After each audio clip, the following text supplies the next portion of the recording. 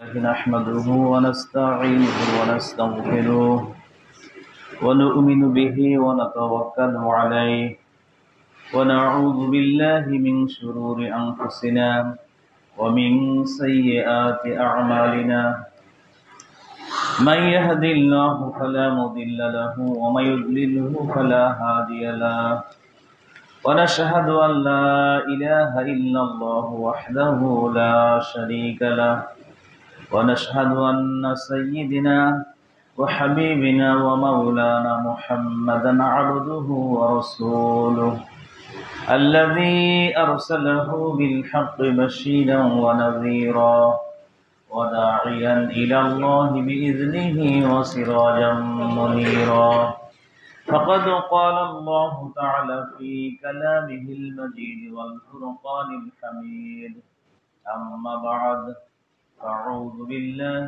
من الشيطان الرجيم بسم الله الرحمن الرحيم وإذ يمكر بك الذين كفروا ليثبتك أو يقتلوك أو يخرجوك ويمكرون ويمكر الله والله خير الماكرين صدق الله العظيم সফর মাসের দ্বিতীয় জুমায় সমবেত সম্মানিত মুসলিম কাম, সর্বপ্রথম সেই মহান মনিবের দরবারে শুকরিয়া যিনি আমাদেরকে কোরআনের কিছু কথা শোনার জন্য মসজিদে আসা তৌফিক দান করেছেন সুস্থতা সহকারে। আমরা সেই জন্য তার দেওয়া জবানে সকলেই শুকরিয়া আদায় করছি, বলি আলহামদুলিল্লাহ। দরুদ ও সালাম পেশ করছি সরওয়ারে কায়নাত রাহমাতুল লিল আলামিন, যিনি আমাদের জন্য অক্লান্ত পরিশ্রম করেছেন, অন্ধকার থেকে আলোর পথে নিয়ে আসতে গিয়ে সারা জীবনটা বিলিয়ে দিয়েছেন কোরআনের পথে, কোরআনের দেখানো মতে। আমরা সেই নবীজির উম্মত হতে পেরেছি। অত্যন্ত আন্তরিকতার সাথে, মহব্বতের সাথে দরুদ ও সালাম সকলে পড়ে নিচ্ছি সাল্লাল্লাহু আলাইহি ওয়াসাল্লাম। সম্মানিত উপস্থিতি, আলোচনা করব নবীজির জীবনের ঘটে যাওয়া একটি ঘটনা। নবীজির জীবনের ঘটে যাওয়া একটি ঘটনার মধ্য থেকে, যদিও বিষয়গুলি আমাদের জানা, তারপরেও আমরা একটু আলোচনা করার চেষ্টা করবো ইনশাআল্লাহ। তো আল্লাহ সুবহানাহু ওয়া তাআলা আমাদের জন্য যে কোরআন নাজিল করেছেন, এই কোরআনের ভিতরে আমাদের জীবনের যা প্রয়োজন সবগুলো আল্লাহ সুস্পষ্টভাবে বর্ণনা করেছেন। কোনো কিছুর বাকি রাখছে কি? কোনো কিছুর বাকি রাখেন নাই।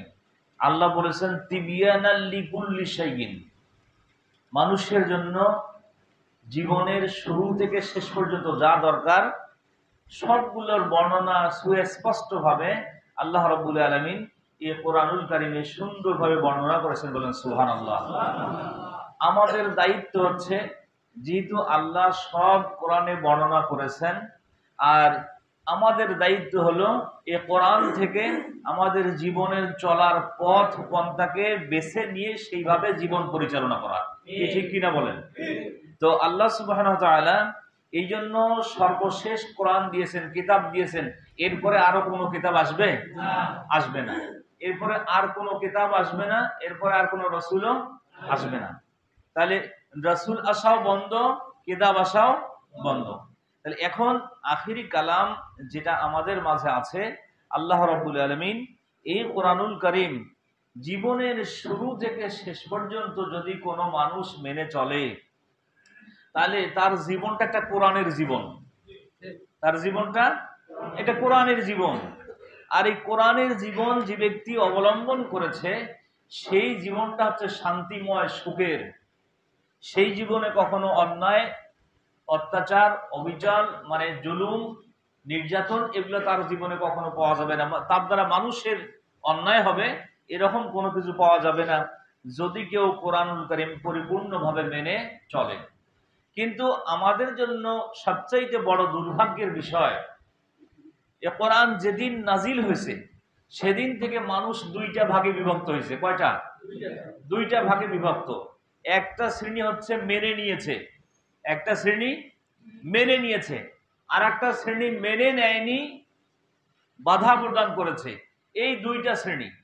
যে শ্রেণীটা মেনে নিয়েছে, আল্লাহ স্বয়ং তাদের উপরে রাজি খুশি হয়েছেন।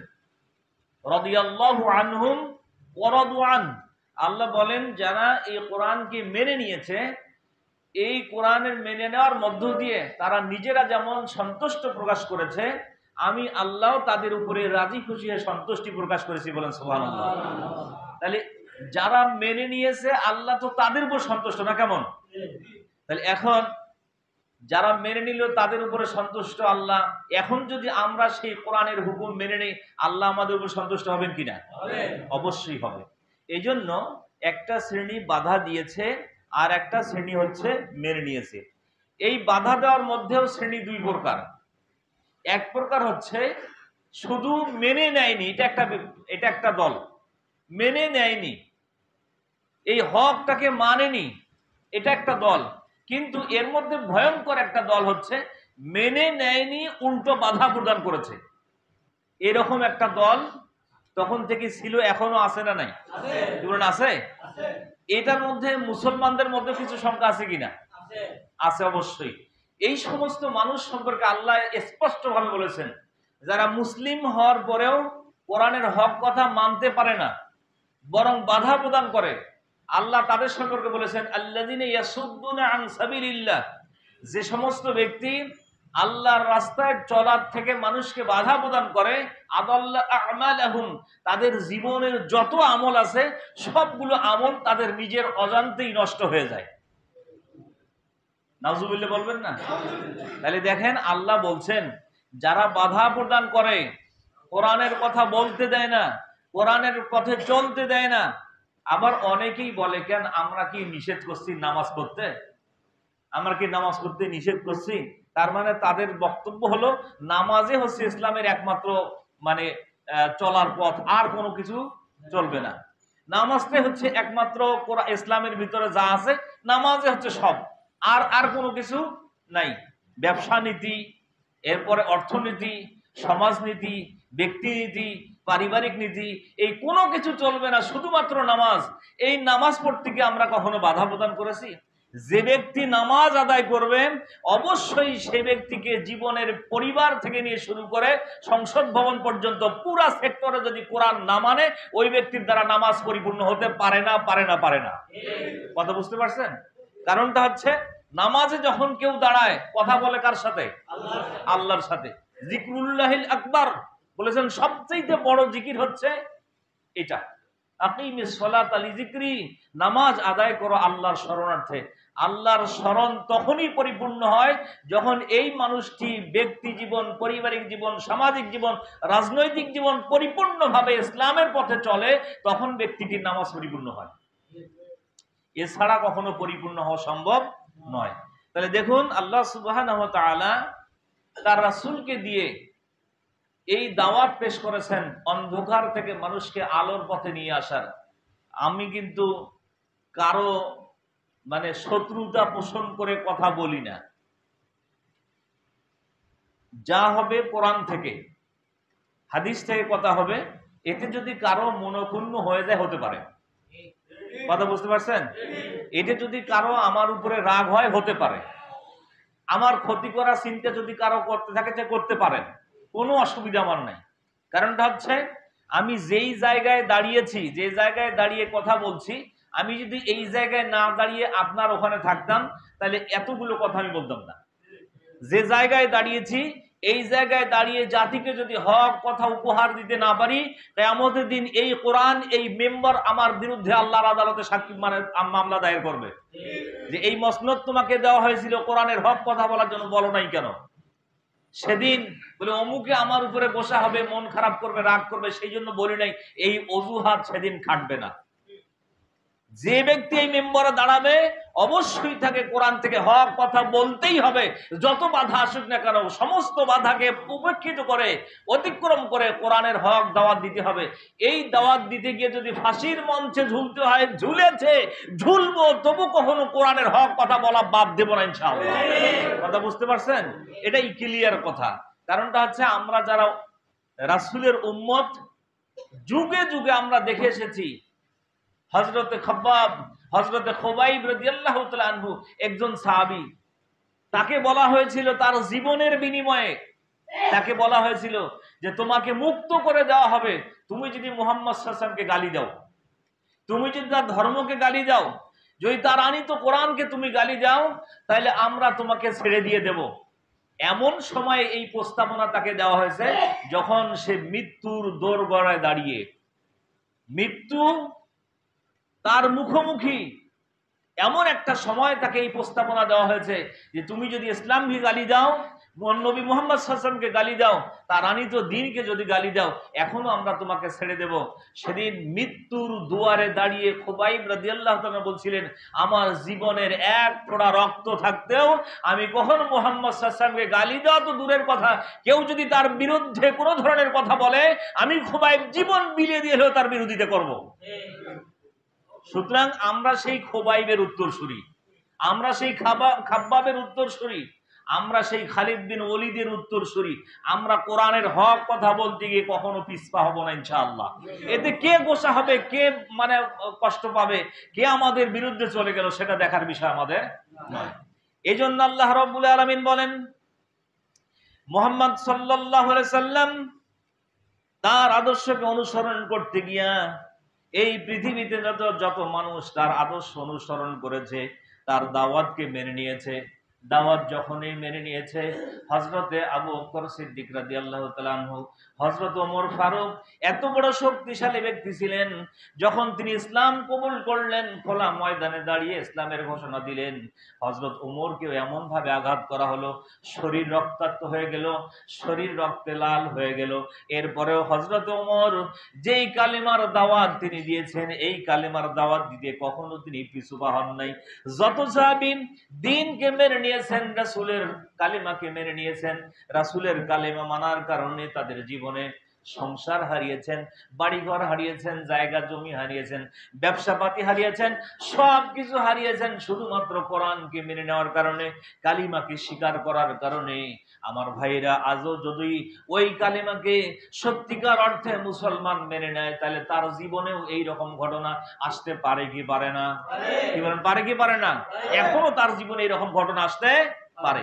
এই জন্য আল্লাহ পাক বলেন, এক শ্রেণীর মানুষ যারা মেনে নেয়নি, এই মানুষগুলি যখন দ্বীনের দাওয়াত ধীরে ধীরে বাড়ছে এবং মানুষের সংখ্যা ধীরে ধীরে দ্বীনের দিকে বাড়তেছে, এমন সময় অনেক সন্দেহ করা হয়েছে, অনেক পথ বাধা প্রদান করা হয়েছে, অনেক জায়গায় তাদেরকে ঝামেলায় ফেলে দেওয়া হয়েছে, তারপরেও মানুষ দিনের পর দিন বাড়তেছে। এমন সময় নবী মুহাম্মদ সাল্লাল্লাহু আলাইহি ওয়াসাল্লাম, যেহেতু তিনি দাওয়াতের একমাত্র মূর্তপ্রতীক ছিলেন, তিনি কালেমার দাওয়াত দিচ্ছিলেন, এই জন্য সবগুলোকে ছেড়ে দিয়ে ওই সময় কাফির মুশরিকরা মুহাম্মদ সাল্লাল্লাহু আলাইহি ওয়াসাল্লামের ব্যাপারে তিনটা সিদ্ধান্ত গ্রহণ করেছিলেন। আজও এই কোরআন সাক্ষ্য দিচ্ছে, যেই কথাগুলি নবীজির ব্যাপারে তারা সিদ্ধান্ত নিয়েছিলেন, আল্লাহ স্বয়ং এই কথাগুলি কুরআনুল কারীমে বর্ণনা করে দিয়েছেন। বলেন সুবহানাল্লাহ। সব খুলে খুলে বর্ণনা করেছে। যখন পারলই না কোরআনের কথা মানুষকে শোনার থেকে, দ্বীন মেনে নেওয়ার থেকে বাধা দেওয়ার যখন চেষ্টা করার পরেও সফল হলো না, এক সময় তারা বলেছিল, লা তাসমাউ লিহাযাল কুরআন ওয়ালগাউ ফীহি লাআল্লাকুম তাগলিবুন। আল্লাহ রাব্বুল আলামিন বলছেন, যখন কোনোভাবেই বাধা দিয়ে সম্ভব হচ্ছিল না, তখন মানুষকে বলছিল, তোমরা কোরআনের কথা কখনো শুনবে না, কোরআনের কথা কখনো শুনিও না, আর যেখানে কোরআনের কথা হবে সেখানে তোমরা হট্টগোল করবে, গান বাজনা করবে, তাহলে লাআল্লাকুম তাগলিবুন, তোমরা বিজয়ী হয়ে যাবে। এইরকম সিদ্ধান্ত অতীতে কাফেররা নিয়েছে। আমরা দীর্ঘ, আজকে কথাটা গোস্বার সাথে বলতে হয়, দীর্ঘ 16টি বছর আমরা দেখেছি এই বাংলার জমিনে মুসলমান শাসন করেছে, কিন্তু কোরআনের কথা বলতে গিয়ে বাধা প্রদান করেছে। কথা বলে ঠিক না? কোরআনের কথা বলতে দেয় নাই। হক কথা যারাই বলেছে তাদের বিরুদ্ধে মামলা হয়েছে, হামলা হয়েছে, বাড়িতে থাকতে দেয়নি, এমনকি কবরস্থান পর্যন্ত তাদের জায়গা হয়নি। এরকম পরিবেশ পরিস্থিতি তৈরি করে ফেলেছিল তারা। অথচ তারাও মুসলিম, নিজেদেরকে দাবি করে আমরা তাহাজ্জুদের নামাজ পড়ি, সকালবেলা উঠে ফজরের নামাজ পড়ি, এরপরে কোরআন শরীফ তেলাওয়াত করার পরে তারপরে আমরা কাজ শুরু করে দেই। যারা কোরআন শরীফ তেলাওয়াত করে, ফজরের নামাজ পড়ে, তাহাজ্জুদ নামাজ আদায় আদায় করার পরে কোরআনের বিরোধিতা করেছে, কোরআনের কথা বলতে দেয়নি, তোমরা আমল যা করেছো আদাল্লা আমালাহুম, তোমাদের সমস্ত আমল তোমাদের অজান্তেই নষ্ট হয়ে করে দিয়েছেন আল্লাহ সুবহানাহু ওয়া তাআলা। সুতরাং যারা বাধা প্রদান করে তাদের ব্যাপারে সিদ্ধান্ত তাদের চিন্তা করা দরকার। আমার ব্যক্তিগতভাবে এটাই আপনাদের কাছে প্রস্তাবনা, যদি কারো এখনো মনে হয় যে বাধা প্রদান করব, তাহলে মনে রাখবেন জীবনে যা ভালো কাজ করতেছেন আপনার অজান্তেই তা নষ্ট হয়ে যাচ্ছে, আপনার অজান্তেই তা নষ্ট হয়ে যাচ্ছে, আপনি বুঝতে পারছেন না। সুতরাং বাধা দিবেন না কোরআনের কথা বলতে। সুতরাং কোরআনের কথা বলতে গিয়ে যদি কেউ বাধা প্রদান করে তাহলে তার অবস্থা আর ওই সময় আবু জেহেলের অবস্থা সমান সমান। কারণটা হলো আবু জেহেল বাধা দিয়েছিল। আমি এই জন্য দৃষ্টান্ত দিয়ে মাঝে মধ্যে বলি যে যদি কোনো ব্যক্তি সটিবাড়ির হাটে জুতে সেলাই করে ওটাকে কি কয়? হ্যাঁ, ওটার নাম মুসি। মিঠাপুকুর একেবারে ইউনো অফিসের সাথে বড় বড় অফিসার যেখানে থাকে অফিসারদের সামনে বসে জুতে সেলাই করে, ও মুসি কয় না ডাক্তার কয়? ও যদি রংপুর জেলায় বিভাগে যায় ওই একই কাজ করে, ওকে কি বলবে? তাহলে সটিবাড়িতে যেটা জুতে সেলাই করে ওটাও মুসি, মিঠাপুকুর ইউনো অফিসের সামনে বসে ওখানে জুতে সেলাই করে ও মুসি, একেবারে বিভাগ পর্যায়ে গিয়ে জুতে সেলাই করে ওটাও। তাহলে কর্মর ভিন্নতা না হওয়ার কারণে নাম কখনো পরিবর্তন হয়েছে কখনো? তাহলে কর্ম এক। সুতরাং আবু জেহেল যে কর্মটা করেছে ওই কর্ম যদি এখন মুসলমানের ঘরের সন্তান হয়েও করে তাহলে ওটা বর্তমান সময়ের আবু জেহেল। কথা বলেন ঠিক না বেঠিক? এই জন্য বলতে চাই আল্লাহ সুবহানাহু ওয়া তাআলা বলছেন, বাবারে যারা এরকম মন খারাপ করো, আলেমদের কথা শুনে মন খারাপ করো, আলেমদের কথা বুঝতে চাও না, একবার কোরআন শরীফটা নিজে পড়ো। যদি আলেমদের কথা বিশ্বাস না হয় একবার কোরআন শরীফটা নিজে পড়ো। কারণ আল্লাহ তোমাকে আপনার যে বিবেকটা আল্লাহ দিয়েছেন কিয়ামতের দিন এবং কবর থেকে নিয়ে শুরু কিয়ামত পর্যন্ত এই বিবেকের উপরেই প্রশ্ন হবে, এই বিবেকের উপরেই প্রশ্ন হবে। সুতরাং আলেমদের কথা যদি বিশ্বাস না হয় আপনারা নিজেরাই একটু কোরআন শরীফটা পড়ে দেখেন আল্লাহর প্রস্তাবনাটা কি আপনাদের ব্যাপারে। এবার খেয়াল করে দেখুন আল্লাহ রাব্বুল আলামিন বলছেন কাফেরদের সিদ্ধান্ত ছিল লা তাসমাউ লিহাযাল কুরআন ওয়ালগাউ ফীহি লাআল্লাকুম তাগলিবুন, তোমরা কোরআন শুনবে না, কোরআন যেখানে কথা হবে কোরআনের কথা বলা হবে সেখানে বাধা প্রদান করবে। অনেক মসজিদে দেখেছি, অনেক মসজিদের কমিটির সদস্য থেকে নিয়ে শুরু করে সভাপতি পর্যন্ত ইমামকে কন্ট্রোল করত। দীর্ঘ 16টি বছর ইমাম সাহেব কি বলে না বলে সব কমিটির সভাপতি, সেক্রেটারি এবং সদস্য সবাই কিন্তু আঙ্গুল উঁচা করে দেখে, ইমাম সাহেব আমরা কিন্তু আছি, ঠিক না বেঠিক? আমরা কিন্তু আছি।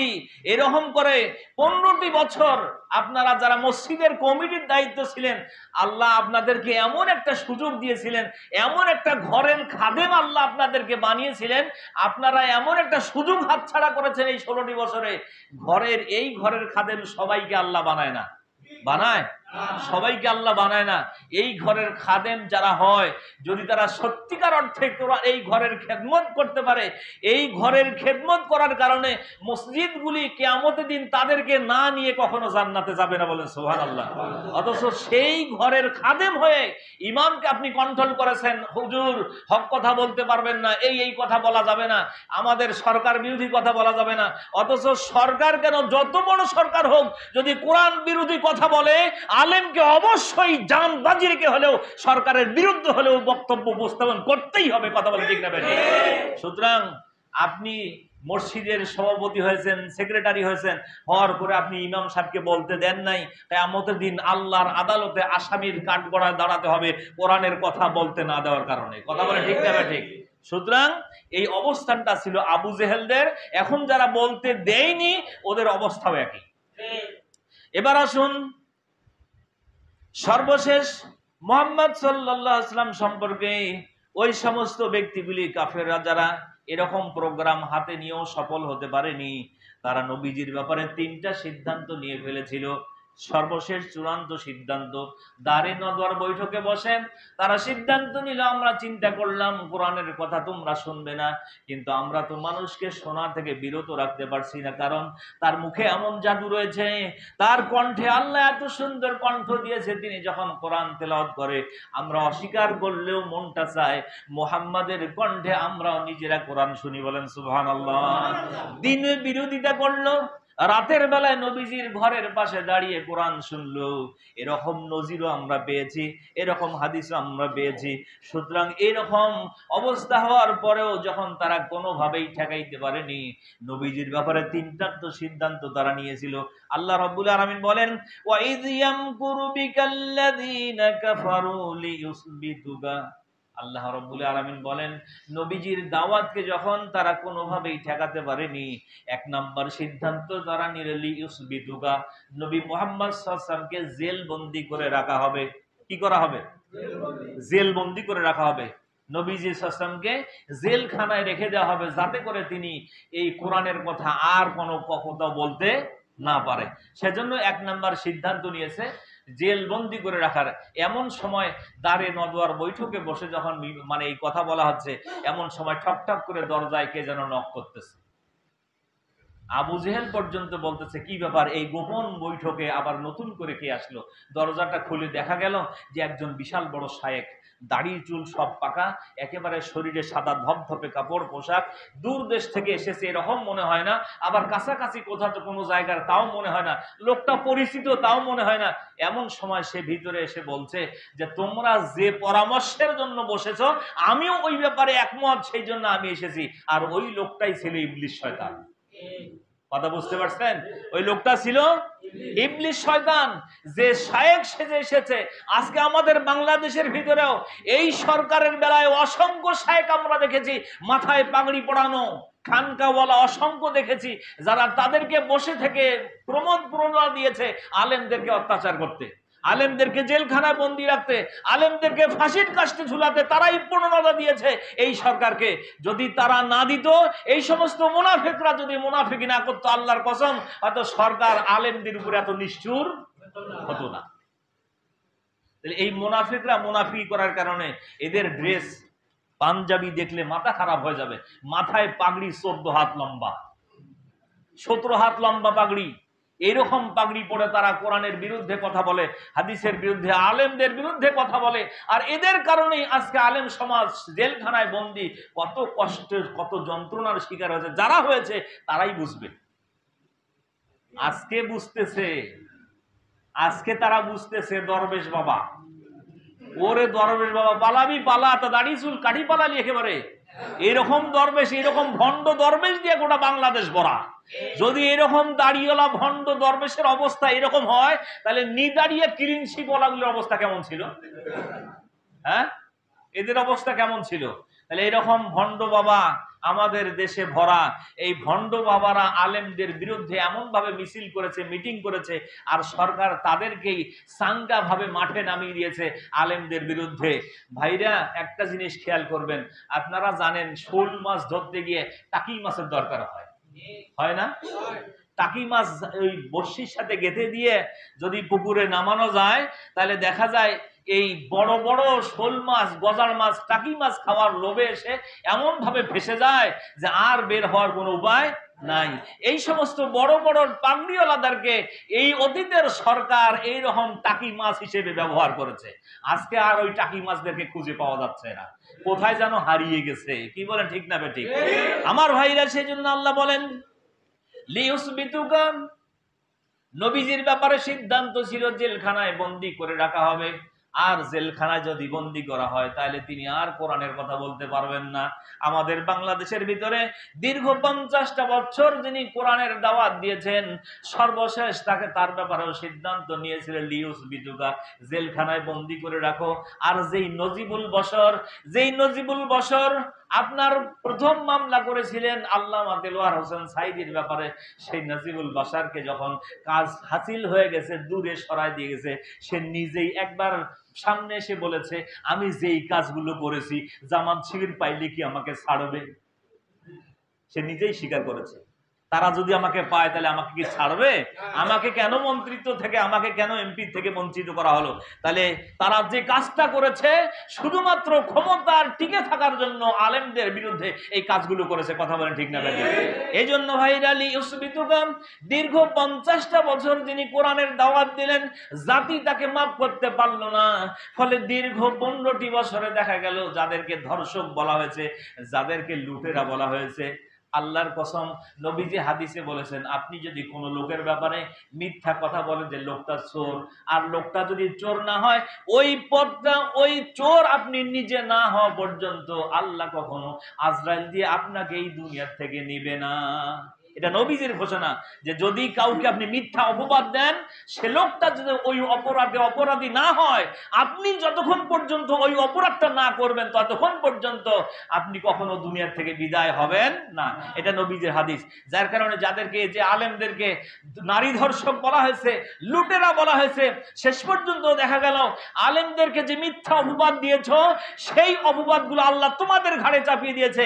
বাংলাদেশের কোটি কোটি টাকা কোনো আলেম বিদেশে পাচার করে নাই। তোমরা যারা মসনদে ছিলে তারাই শত শত নয় হাজার হাজার কোটি টাকা বাংলাদেশ থেকে লুট করে বিদেশে পাচার করেছো। কথা বলে ঠিক না বেঠিক? সুতরাং তোমরাই সবচেয়ে বড় লুটেরার দল। কথা বলে ঠিক না বেঠিক? তোমরাই সবচেয়ে বড় ধর্ষক। তোমরা যাকে ধর্ষক বলেছো, এই ধর্ষকের সেঞ্চুরি তোমরাই করেছো। কথা বলে ঠিক না বেঠিক? সুতরাং আল্লাহ রাব্বুল আলামিন বলছেন লিউসবিতুকা, তারা সিদ্ধান্ত নিয়েছিল যে নবীজিকে জেলখানায় বন্দী করা হবে। একই সিদ্ধান্ত দীর্ঘ 16টি বছরে করেছেন আপনারা, আলেমদেরকে জেলখানায় বন্দী করেছেন। একটাই কারণ, এরা যাতে করে জাতিকে কোরআনের কথা বলতে না পারে। কারণ তারা জানে এটা এমন একটা কিতাব, একবার যদি কান দিয়ে শুনে হৃদয়ে স্পর্শ করে, ওই মানুষটাকে গুলি করে মেরে ফেলা যাবে, কিন্তু কখনো কোরআন থেকে দূরে সরা। এর প্রমাণ হয়েছে না হয় নাই? এগুলো হয়েছে না হয় নাই? হাজার হাজার মানুষ জীবন দিয়েছে, তবু কোরআন থেকে দূরে সরে যায় নাই। এটা প্রমাণিত। এই জন্য আল্লাহ বলেন, যাদের ভিতরে একবার কোরআন ঢুকেছে তারা জীবন দিয়েছে, কিন্তু কোরআন থেকে দূরে সরে যায়নি। সেজন্য আল্লাহ বলেন লিউসবিতুকাম, জেলখানায় বন্দি করে রাখার সিদ্ধান্ত নেওয়া হলো। আর জেলখানায় বন্দি করে সিদ্ধান্ত নেওয়ার যখন ঘোষণা করা হলো, ওই যেই লোকটা শায়েখ দরজায় ঠকঠক করে বলল, চলে আসলো, সেই বলছেন না না, এটা হয় না। কারণটা হচ্ছে মুহাম্মদ সাল্লাল্লাহু আলাইহি সাল্লামের এমন কিছু অনুসারী বাইরে রয়েছে, যদি মুহাম্মদ সাল্লাল্লাহু আলাইহি সাল্লামকে জেলখানায় রাখা হয়, ওরা জেলের তালা ভেঙে আবার নবী মুহাম্মদ সাল্লাল্লাহু আলাইহি সাল্লামকে বের করে নিয়ে আসবে। বলেন সুবহানাল্লাহ। যদি আপনারা গুলি না করতেন, আমরাও বের করে নিয়ে আসতাম ইনশাআল্লাহ। কিন্তু গুলি করার পরেও আমরা ময়দান ছেড়ে যাইনি। এই জন্য আমি এক জায়গায় বলেছিলাম মাহফিলে, যে সবকিছু গুলি করে হয় না, ভালোবাসা দিয়া যা অর্জন করা যায় গুলি করেও তা অর্জন করা যায় না। কথা বলে ঠিক না বেঠিক? আজকে আপনাদের যে এই নির্লজ্জ পরাজয়, একটাই মাত্র কারণ, আপনারা জাতিকে যতটা ভালোবেসেছেন, তার চাইতে বেশি ভালোবেসেছেন ক্ষমতাকে। কথা বলে ঠিক না বেঠিক? তার চাইতে বেশি ভালোবেসে গেছেন অর্থকে লুট করতে। আপনারা জাতিকে অতটা ভালোবাসেন নাই। আজকে জাতিকে ফকরি হালে ফেলে আপনারা মসনদ ছেড়ে পাড়িয়েছেন। আপনি তো গেছেন, সাথে যারা ছিল তারা এখন সব সময় দোয়া ইউনুস পড়তেছে। আমি এটা দেখলাম যে বিপদে পড়ি দোয়া ইউনুস পড়তে হয়। এখন কি করে দোয়া ইউনুস পড়ি? ইউনুস সাহেব তো তত্ত্বাবধায়কের প্রধান। কথা বোঝেন? ইউনুস সাহেব তো তত্ত্বাবধায়কের প্রধান, কি করে দোয়া ইউনুসটা পড়ি? ওটাও আমাদের জন্য এখন মুসিবতের কারণ হয়ে গেছে আমার ভাইয়া। সেজন্য বলতে চাই, আজকে বাংলাদেশের যেই পরিস্থিতি, আপনারা এত ঘৃণিত পর্যায়ে চলে গেছেন শুধুমাত্র একটি কারণ, আলেমদেরকে নির্যাতন করা। এটাই আপনাদের সবচেয়ে বড় অপরাধ। আপনারা যদি আলেমদেরকে নির্যাতন না করতেন, এই রকম পরাজয় আপনাদের হতো না আমার ভাইরা। এবার আসুন, সময় কম, লিউসবিতুকা। তাহলে নবীজির সিদ্ধান্ত হলো জেলখানায় বন্দি করে রাখা হবে। জেলখানায় বন্দি করার ব্যাপারে শয়তান বলছে না, এটা হয় না, তার অনুসারীরা তাকে ভেঙ্গে বের করে নিয়ে যাবে, সুতরাং এটা হবে না। তারপরে 2 নম্বর সিদ্ধান্ত হলো ইউখরিজুকা, তাকে বের করে দেওয়া হবে, এই সমাজ থেকে বের করে দেওয়া হবে। বের করে দেওয়া হয়েছে কিনা? কি হয় নাই? আচ্ছা দেখেন তো, একই অবস্থাটা আমাদের দীর্ঘ 16 বছরে ওই একই অবস্থাটা হয়েছে কিনা? কি মনে হয়েছে কিনা? আমরা কোরআনের কথা বলার কারণে বাড়িতে জায়গা হয়নি।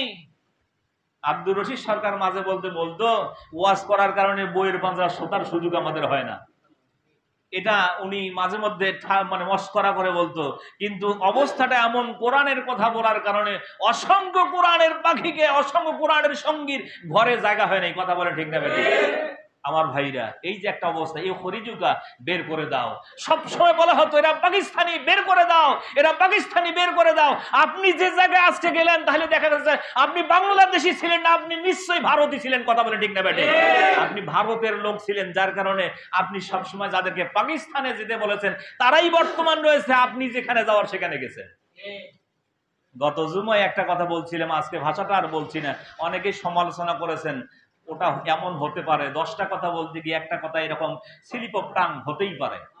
কথা বুঝতে পারছেন? এটা ক্ষমা চাওয়ার কিছু নাই, এটা হতেই পারে। সমালোচনা আপনারা করেছেন, স্বামী স্ত্রীর ব্যাপারে কথাটা বলেছেন, হ্যাঁ কথাটা ঠিক নয়, এটা ঠিক আছে, এটা ঠিক নয়। কিন্তু অনেক মন্ত্রীর ব্যাপারে শুনেছেন তো, যে আমাদের সম্পর্ক কি রকম? আমাদের সম্পর্ক স্বামী স্ত্রীর মতো, স্বামী স্ত্রীর মতো। তো যাই হোক, আমি না কথাটা নাই দিলাম, ওটা স্লিপ অফ টাং, ওটা হয়ে গেছে। তাইলে এখন এই খরিজুকা বের করে দেওয়া হবে। আমাদেরকে কোরআনের কথা বলার কারণে সব সময় খালি বের করে দাও, বের করে দাও, বের করে দাও। 16টা বছর শুনেছি বের করে দাও। আল্লাহ এমন ভাবে বের করে দিয়েছেন, আর ফিরানোর সুযোগ পাচ্ছেন না। কথা বলেন ঠিক না? এটা মায়ের কার? এটা কার মায়ের? এত কিছু আমি সাজিয়েছি, এত সুন্দর করে সাজিয়েছি, একবারও কল্পনাও করতে পারি নাই যে আমাকে এইভাবে বিদায় নিতে হবে। কিন্তু মানুষ বোঝে না যে চূড়ান্ত সিদ্ধান্ত হয় আসমানে। চূড়ান্ত সিদ্ধান্ত কোথায় হয়? আসমানে। জমিনে কখনো চূড়ান্ত সিদ্ধান্ত হয় না, যা সিদ্ধান্ত হয় চূড়ান্ত আসমানে হয়। সুতরাং এত কিছু সাজানো হয়েছে একটাই মাত্র কারণ, আমাকে মসনদ থেকে কেউ যেন সরাইতে না পারে। কিন্তু এমন একটা অবস্থা হলো, এমন ভাবে আল্লাহ সরাই দিলেন যে জাতির সামনে 5 মিনিট বক্তব্য দিবেন, এই সুযোগটা পর্যন্ত আপনাকে জাতি দেয় নাই। কথা বলে ঠিক না বেঠিক? এই জন্য মায়ের কার? মাকারু ওয়া মাকারাল্লাহ আল্লাহু খায়রুল মাকিরিন। আল্লাহ বলেন তোমরা চক্রান্ত করো, আর আমি আল্লাহ স্বয়ং কৌশল অবলম্বন করি। বলেন সুবহানাল্লাহ। আল্লাহর কৌশলের কাছে মানুষের কৌশল কখনো টিকতে পারে না। ওয়ামুদ্দুহুম ফি তুগয়ানিহিম ইয়ামাহুন। আল্লাহ বলেন এত অপরাধ করেছো, সুযোগ দিয়েছি, সুযোগ দিয়েছি, যখন তোমার সময় শেষ হয়ে গেছে, ইন্না বাতশা রাব্বিকা লাশাদীদ, আমি তোমার রশি ধরে টান দিয়েছি, সমস্ত সাজানো গোছানো মসনদ নিমিষেই তছনছ করে দিয়েছি। কথা বলেন ঠিক না বেঠিক? এই ঘটনা কাই ঘটিয়েছেন? আল্লাহ। কে ঘটিয়েছেন? ওই আল্লাহ আছে না নাই? সে আল্লাহর উপরে ভরসা আছে না নাই? সুতরাং বর্তমান সময়ে যত বড় জালিম আসুক না কেন, আল্লাহর উপরে ভরসা করে যারা টিকে থাকবে, অবশ্যই ওয়াকানা হাক্কান নাসরুল্লাহিল মুমিনিন, অবশ্যই অবশ্যই যারা মুমিন তাদের উপরে আল্লাহর সাহায্য আসবেই। আল্লাহর সাহায্য তাদের উপরে মাতা নাসরুল্লাহ আলা ইন্না নাসরাল্লাহি করিব। আল্লাহ বলেছেন মানুষ এমন অবস্থায় পৌঁছে গিয়েছিল, কখন আমার সাহায্য আসবে, এরকম ভাবে মানুষ আল্লাহর কাছে বলতো মাতা নাসরুল্লাহ, আল্লাহ কখন সাহায্য আসবে তোমার? মায়ের খাইতে খাইতে তো শেষে হয়ে গেলাম, সাহায্য আসবে কখন? আলা ইন্না নাসরাল্লাহি করিব। আল্লাহ বলেন মায়ের খেয়েও যদি জমিনে টিকে থাকো, এমন ভাবে আমার সাহায্য আসবে, যারা তোমাকে মেরেছে এমন ভাবে ধ্বংস হবে, অস্তিত্ব খুঁজে পাওয়া যাবে না। কথা বলে ঠিক না বেঠিক? এখন আজকে সবাই অন্য হয়ে গেছে, কেউ আর বলে না আমি অমুক দলে ছিলাম। ঠিক না বেঠিক? এই এখন আর কেউ বলে না আমি অমুক দলে ছিলাম, সবাই লুকিয়েছে। আল্লাহ বলেন এমন মায়ের দিয়েছি, এখন আর প্রকাশ্যে এসে বলবে আমি অমুক খানে ছিলাম, এ বলারও সাহস আর খুঁজে পাচ্ছে না। এগুলো ঠিক কিনা? এই জন্য বলতে চাই, খবরদার মানুষ হয়ে মানুষের উপরে জুলুম করবেন না। ক্ষমতা পেয়ে কখনো জাতিকে ভুলে যাবেন না, অত্যাচার করবেন না। এমন ভাবে পরাজয় হবে যে নিজের অস্তিত্ব খুঁজে বেড়াইতে হবে। তাইলে আসুন, 2 নম্বর সিদ্ধান্ত ছিল ইখরিজুকা, তাকে বের করে দাও। শেষ পর্যন্ত শয়তান বলছে যে না, তাকে যদি বের করে দেওয়া হয় তাহলে সে যেখানেই যাবে সেখানে আবার এই কোরআনের কথা বলার কারণে আবার নতুন একটা জাতি তৈরি হবে। যখন সংখ্যায় বেশি হবে তারা এসে আবার তোমাদের উপর আক্রমণ করে সব বিজয় করে নিবে। দেখুন এই সিদ্ধান্ত তারা, শয়তান বলেছিল যে দূরে যদি যায় সেখানেও একটা দল তৈরি করবে, ওরা এসে আক্রমণ করে তোমাদের সবকিছু লুটে নিবে। এখন শেষ পর্যন্ত রাসূলকে বের করে দিয়েছে, মদিনায় গিয়েছে। মদিনায় যাওয়ার পরে মক্কা বিজয় হইতে কোনো রক্তপাত হয়েছে? কি বলেন, হয়েছে? এখন বিজয় হইতে কোনো রক্তপাত, কি বলেন, দেখুন আল্লাহ এমন ভাবে মিলিয়ে দিয়েছেন, জাতির সামনে বলছেন, এ জাতি টিকে থাকো কোরআনের মধ্যে। রাসূলকে বের করে দিয়েছিল, যারা বের করে দিয়েছিল তাদের এমন একটা পরাজয় হয়েছে। রাসূল ঢুকে বলেছেন, যারা মসজিদে নববীতে, মসজিদের মানে বাইতুল্লাহ আশ্রয় নিবে তারা নিরাপদ, যারা বাড়ির ভিতরে থাকবে নিরাপদ, বাইরে বের হলেই খবর আছে। আজকের অবস্থাটাও একই হয়েছে। সুতরাং সাহায্য যখন আল্লাহর আসে তখন বাতিল কখনো মসনদে টিকতে পারে না। 3 নাম্বারটা বলার তো সময় নাই, কথা বুঝতে পারছেন? 3 নাম্বার ছিল আউয়াকুতুলুকা, রাসূলকে হত্যা করা হবে। এই হত্যার কথা পরে বলবো আর একদিন, সময় কম, 25 বেজে গেছে। যাই হোক, আল্লাহ সুবহানাহু ওয়া তাআলা আমাদের এই মানে আজকের বক্তব্য দিয়ে আমি আপনাদেরকে বোঝাতে চাইলাম এটাই, যে আল্লাহর সাহায্য আসে এমন সময় যখন ডুবে ডুবে যাবেন। সাহায্য এসেছে একেবারে সবার শেষে। মুসা আলাইহিস সালাম তার জাতিসহ একেবারে লোহিত সাগরের কিনারে, পিছনে ফেরাউন বাহিনী, সামনেও মৃত্যু পিছনেও মৃত্যু, এমন সময় সাহায্য এসেছে, ঠিক না ঠিক? তাহলে সাহায্য আসে এমন সময় যখন মনে হবে যে আপনি হতাশ, আর বোধহয় বাঁচার কোনো উপায় নেই। যদি ওই সময় আল্লাহর উপর আপনি টিকে থাকতে পারেন ইমানের ব্যাপারে, আল্লাহ ওই কঠিন মুহূর্তে আপনাকে সাহায্য করে মুক্ত করে দিতে পারেন। কি বলেন, পারেন কি পারেন না? পারেন অবশ্যই। যাই হোক, আল্লাহ সুবহানাহু ওয়া তাআলা আমাদেরকে কঠিন বিপদের সময় আল্লাহর উপর অবিচল আস্থা রেখে ইমানের পথে টিকে থাকার তৌফিক দান করুন। আল্লাহুম্মা আমিন। বারাকাল্লাহু লানা ওয়া লাকুম ফিল কুরআনিল আযীম।